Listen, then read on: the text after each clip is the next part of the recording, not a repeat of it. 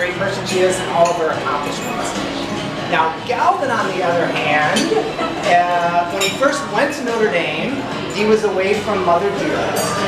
And at certain times, he struggled with trying to make decisions.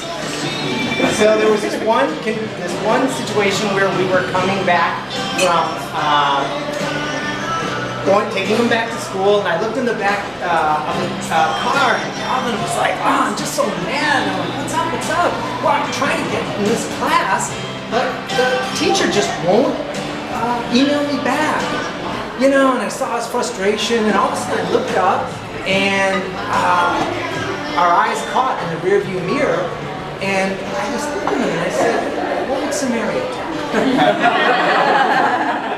Samaria would show up at the professor's office before he arrived and wait for him. And when he came, she would discuss the schedule with him and guess what she wanted. So, you know, and that really helped Galvin throughout college and everything. Now, we were looking out over the wedding party, and we think there's a lot of people that could really use this type of guidance. So Meg had this idea. Meg is so crafty. She made these little buttons, okay, that will help all of us. Like, for example, Jack Thursby. What did you spin? Now, Jack is just finished law school. He's accepted a position, but you could easily find yourself in an interview scenario, right? You're out to lunch. You're closing the deal. The waiter comes up to you and says, "Would you like that boxed up?" Your chicken wing order. Yeah. Yeah, what's not left on your chin. And you know, it's a really hard decision because these chicken wings are so tasty, and you're thinking how good they're going to be back in your apartment. But then you got to think, what would Samaria do? She'd say, "No, thank you," and then ask the interviewer a really interesting question.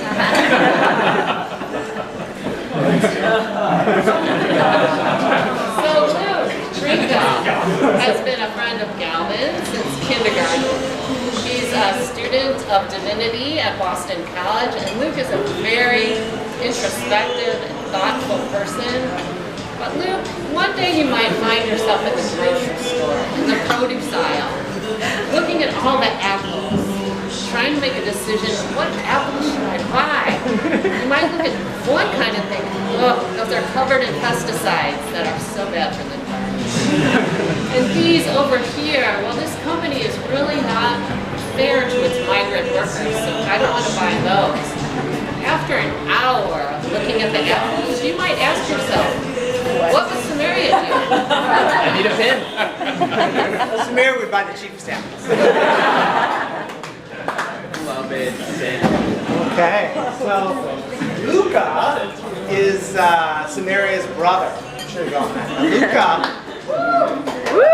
is studying right now to be a chiropractor. And he has a very interesting balance of health and fitness. Like when we first started to get to know Luca, he was at the time training for a bodybuilding competition down in Florida. This was a while ago.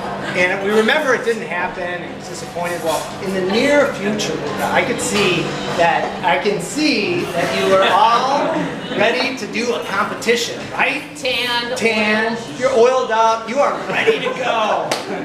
Then, all of a sudden, at the last minute, one of your professors lets you know that the final exam, which cannot be moved, is the same day as your competition.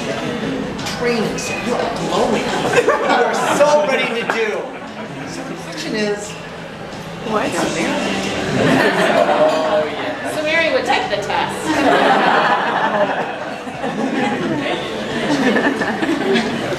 Carly, Galvin's younger sister, who has just finished her second year of law school.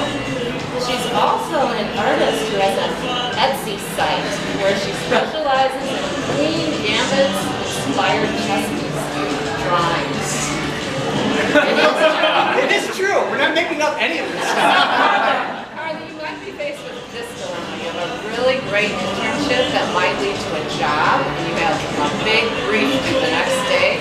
When you get a notice from supply one of your drawings, but not the pawn that's already in your site. They want to commission a queen to be drawn. And that will take you all night to do. What do? Brief or drawing? What would Samaria do? Samaria would do the brief. Carly's portrait self right now. Okay, so Jack Shea. Now Jack is a good friend of Galvin's from college. And if you don't already know this, the college boys on an annual basis get together for Hobbit Fest. Okay, and Hobbit Fest, if you don't know, Hobbit Fest consists of a meal of 7 courses or 7 meals. 7 meals. One incredibly important part of Hobbit Day meals is the Scotch egg strider. Okay, so you're in charge of it. Can you see this in the future? You're in charge of the striders, and you bring all the stuff back, all the ingredients back, and I don't even know what they are. It's a hard-boiled egg, and it's wrapped in bacon, and then what else? Syrup. Sausage, maple syrup. Right. You put it all together, so you get it back, and you're uncovering all this stuff, and then you realize, oh, I forgot the bacon. You know, and so it's like, oh, you know, I don't know. It seems like there's a lot of ingredients in these striders. Maybe Galvin won't notice. And you know, and then you think, what would Samaria do? Mary would not want the Scotch egg connoisseur Galvin to go without the bacon. She would go back to the syrup. Otherwise, Hobbit Fest would be a complete failure. Thank you. So Morgan is a friend of Samaria's from business school. And recently, some of you may know, Samaria's crazy father-in-law flew to Philly to get Harry and Pete carpool wedding shower. Yes. And Morgan was so nice to join in the shower. She waited on the corner, and when she was picked up, she hopped in the car and she was all excited, and then she realized suddenly that Samaria didn't know what carpool karaoke was. But they quickly got in the groove and had a good time. Then someone was obsessed about reenacting the carpool karaoke Adele episode, the only one he's really seen where they sing Adele, and he wanted everyone, hello by Adele. So they wanted he wanted everyone to sing Adele. So Morgan was very nice, belted it out. His phone had broken, so he's using Morgan's phone to film it. So after they had a successful shower and went back to Chicago, he kept texting Morgan, can you send me that video?